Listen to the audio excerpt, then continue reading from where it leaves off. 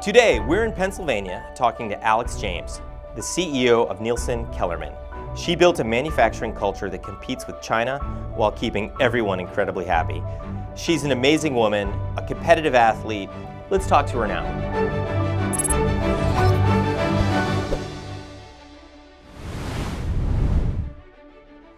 So I'm here with Alix James, who's the CEO of Nielsen Kellerman, or NK Sports, and as a former sailor who almost became a meteorologist, also of the infamous Kestrel instrumentation for wind and other elements, yep. Very close to home. You have an enviable Glassdoor, 100% CEO Glassdoor rating. How did you do that? I don't know. But clearly you must have created a culture that was meaningful or it wouldn't be there.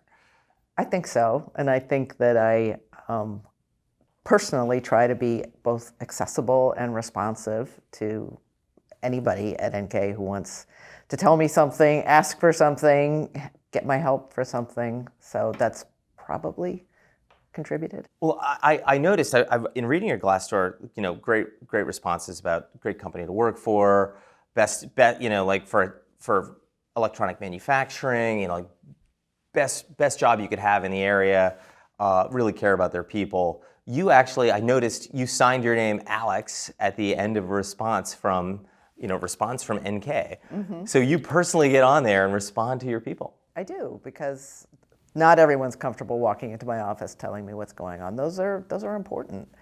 And some people raised some things that we could make different. Some people raised some things that I couldn't help, like the commute from Philadelphia. You can't shorten that. I can't fix that. But I take it on board. And we do, there's an independent survey that we do every year, contributes to the Philly top workplaces. We've been a top workplace 6 times. That's great. Which I think there's only 1 or 2 other manufacturing companies out of the 100 or more companies that make that list. It's harder to do in as a manufacturer. Yeah.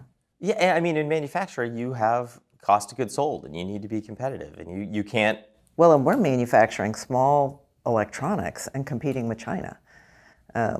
So yeah, we have to be really, really good. We have to be really cognizant of being efficient, which.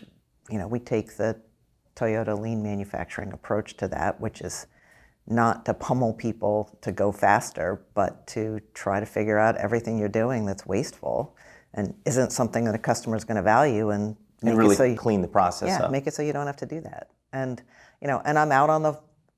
So our company is everything, all in one place, and I talk with my hands. So good, please do.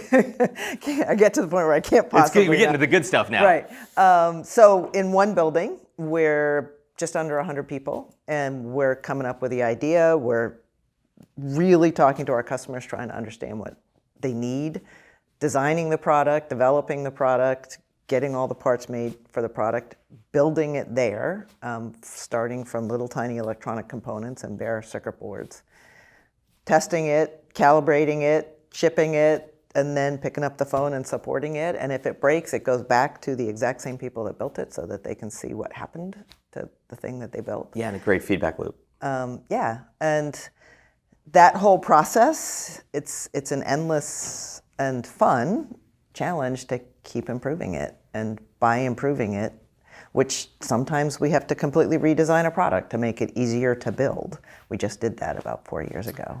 So our audience doesn't likely know this, but you were a super competitive rower, the MVP of the Yale's rowing team your senior year, yeah. and you still competitively row. I do. But rowers are known for seat racing, and they're known for pretty competitive process to get the best people in the best boat. Has that translated to your philosophy on talent in the workplace? So in 2 ways. Yes, absolutely. You seat race and use other strategies, including just evaluating people's power on the rowing machine, which is a horrible torture device. And you pick the 8 strongest people, and then you try to get them to be as fast as they can be. Sometimes the 8 strongest people are not actually going to be your fastest boat. They just can't row similarly. Good coaching can help them align and get better and better, but sometimes there's going to be magic with one particular lineup that doesn't happen. The gels or something. And with respect to talent, I hear all the time, top grading, that my job is to ensure that I hire the top 10% of people. Well, every company's trying to do that. We can't all hire the top 10%. You can't. So to me, the more interesting thing is to hire people that are going to be happy in the work and help them grow to be the best people they can be in that job. So you're taking a very coach-like approach toward that. Coach-like approach, and a little bit take what you've got, and I don't want to make it sound like I think I've got not good people, because I think I've got No, you're awesome still trying to get top 10%. Right. I'm still trying to, but help them be the best they can be in the job and for the company. And that's a different thinking than just all I have to do is find the right people for the right seat on the bus, and magically the bus will drive. Will go. Right. So that's. Well, I mean, you can do things, certainly having top places to work, having superior Glassdoor ratings. You're a good hiring brand, a great hiring brand, even in manufacturing, which you said. And we do have cool customers. I mean, we sell all of our products to really interesting people, Olympians and, leading stand-up paddleboard racers and unbelievable firefighters and military personnel out there on the really bleeding edge of our current conflicts. So this company, you're second generation in this company. You took the company over, what 10 years? 10 years ago. 10 or 11. So you take the company over, and it's nothing that, I'm not saying the culture was wrong, but you probably did some things to make the culture your own, when you took the company over. Actually, my drive to take the company over was purely culture. So tell us, that's awesome. Yeah, so two partners, very different personalities. My stepdad was one of them, so that's the founder piece. And his partner, brilliant scientist and engineer, but a very typical engineer's approach to manufacturing, which was to not trust people to get it right. So very top-down, very just sit down, shut up, do it the way I said. And grind. And if anything goes wrong, it's the people's fault. And true lean manufacturing, which starts out when people start learning about lean, they learn all these tools and techniques and processes. Really, fundamentally, it's about trusting and empowering the people that are building the product to develop the process and continue to improve the process. And I couldn't do it. He wouldn't let me do it. And finally, I was like, it's him or me. And it was. I mean, in that situation, I wasn't an equity holder. In that situation, you don't have much power except to threaten to quit, which I did, and actually did job hunt because I was serious. I couldn't stay in that environment. And there was a third investor who said, whoa, you guys, we cannot let her leave. We have to explore other ways. This is Alix is the future. And he also saw that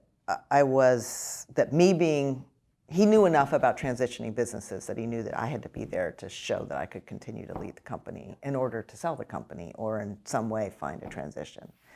And so we wound up marketing the company and sold it, and they did extremely well out of the transaction, the founders did, and I got equity and private equity backers and a lot more freedom to do things the way I wanted. And apropos of talent, there was one other person who was my manufacturing leader that was more steeped in the old way of thinking, and I had to make a change there. Right, right. And so it was a clean break at this one moment, new equity holders. You were empowered more with equity, but now you were the new lead of the company and you made a clean cut. Yep, and it's... So how was the new culture? Clearly not top-down, like... Completely different. I mean, and it's not just in manufacturing. Across the board, people understand that we trust them to develop the process. And if there's a problem, it's hardly ever the person. It's that you can make it better. The actual step you're trying to do, you can make better. Yesterday, I went out on the floor. We have a new product we're releasing, and it's got a label on it. And I picked up the product, and the label was crooked. And I picked up another one, and the label was crooked. And I picked up another one, and the label was crooked. And I know the woman that's putting on these labels. She's really good at putting on labels. I was like, Renee, what's going on? She's like, these labels are awful. It was a new label. It was subtly different. It was a tiny bit bigger, a little bit flimsier, and you couldn't line it up in the pocket. And boom. So right now the label's being redone, and it's going to be a little bit smaller, and it's going to be a different material, and And Renee knew this before you did. Yeah.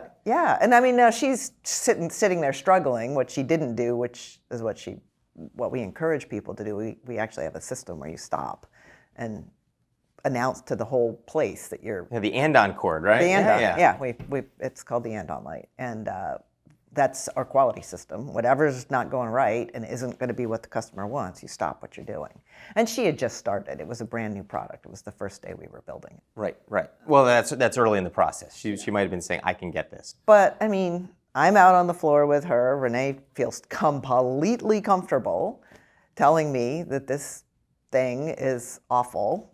And as a result, we're going to have a much better, more manageable process. It's faster to do. And it just happened to be me. It easily could have been somebody else. Okay, so it's awesome to be sitting here with a female CEO talking about lean manufacturing and on cords. It's not often that you see female CEOs, one, then female CEOs in a technology company, two, and then a female CEO in a manufacturing company, three. You do all those lenses, and you're like, wait a minute, there's not a lot of you. There needs to be more of you. Well, of course, we all know that there needs to be more female leaders, period, because we're pretty darn good at it. But especially in things that might be technology or manufacturing. Yeah. So I came into this business with zero STEM, zero engineering, zero, although I'd been pretty good at science, but, and all of that piece I've learned. And really, you have to learn enough to know the right questions to ask. You don't have to know how to do it. Right. And I'm a terrible one to ask about career planning because I never planned a stitch in my career. It just happened. Decided to come back to work for the company because they needed help, and it fit with my life situation because I was having a kid and married to a guy in the military and living on a remote island, and so that was how I got started back with the company because I was working long distance. But the big message is that we can do it, and if you're working in one of those companies, don't be afraid to seek out those management and leadership roles, because it's likely you're going to bring a useful and helpful to everyone around you perspective on leading and solving problems. In part, I think, because you aren't so stuck over in, no, I know exactly how to analyze this. And this problem is not analyzable. Right. Right. Yeah. And if you're sure that more analysis and more data and more thinking is going to solve the problem, you may not feel as flexible to just test something and be wrong and try something different, and hopefully one of them will be right. Right. So what's your turnover? I mean, you're 90 employees. Is it pretty low? It seems like it must be, given. It's very low. It's very, very low. So electronics manufacturing, it used to be really high. And it's precise work, it's repetitive work. It's not super fast rushing work, but you have to be willing to sit there and do the same thing for a day or sometimes multiple days. People do move around, and that's intentional, that people learn all sorts of different jobs. And we were struggling to find people who would be happy in that work. And I know this isn't supposed to be a Predictive Index plug, but that was how we got started. We started using Predictive Index, gave the Predictive Index behavioral profile to our most successful manufacturers, and immediately the skilled craftsman Right. type pops out as the one that works. And About process and more detail orientation, and can really and caring deeply about the quality of what you've produced, and wanting to be super collaborative and work on a team, and not needing a ton of variety. All of that is part of that personality type, and our turnover dropped to essentially nothing. And actually, the Japanese manufacturing model, which is what Lean was manufactured, really developed after, is a very high patience, high detail orientation, collaborative. So it's that low A, high C, high D. Yep. And I mean that's the advice we give people when they are doing assembly work or manufacturing work. Well, that's great. So it radically improved your stay. And people are happy. That's why they stay. And another thing we did that I still, we're now recognized as local leaders in lean manufacturing. So we give a lot of plant tours. We go on plant tours too, because you always learn a ton. Right. But I really take it as part of our job to share what we've learned about manufacturing.